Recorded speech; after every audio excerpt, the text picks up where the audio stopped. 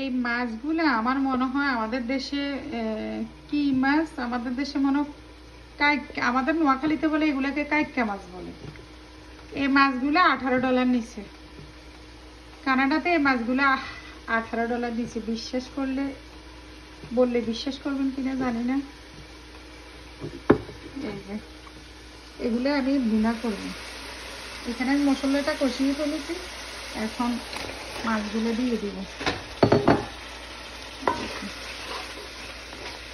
ভাই আমার পাতিল দেখে কেউ কিছু বলবেন না, আমি কিন্তু বড় পাতিল ছাড়া রান্না করতে পারি না। $18 মাছ কয়টা হবে হাতে গুনলে এখানে 20টা মাছ হবে। কিন্তু আমাদের বাংলাদেশে দেখা যাচ্ছে যে কাটিয়ে মাছ কেউ খায়ও না। আমার মনে হয় না আমি দেশে বাংলাদেশে থাকতে কখনো কাটিয়ে মাছ খেয়েছি কিনা। আমার মনে আছে ছোটবেলা আমার বাবা একবারে নিয়ে আসতে সমুদ্র থেকে একদম বিশাল এক কাটিয়ে, ওখানে ডিমও ছিল।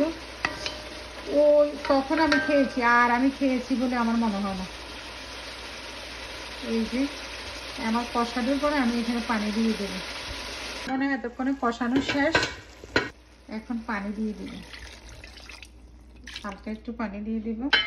এই যে আমি পানি দিয়ে মাখা মাখা করে রাখছি, এবার আমি আস্তে হালকা জাল দিয়ে ঢাকনা দিয়ে দেব।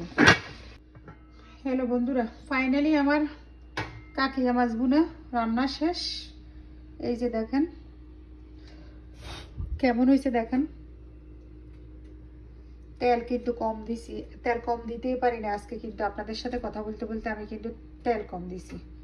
খুব ভালো হয়েছে। কেমন হয়েছে আমার রান্নাটা আমাকে জানাবেন।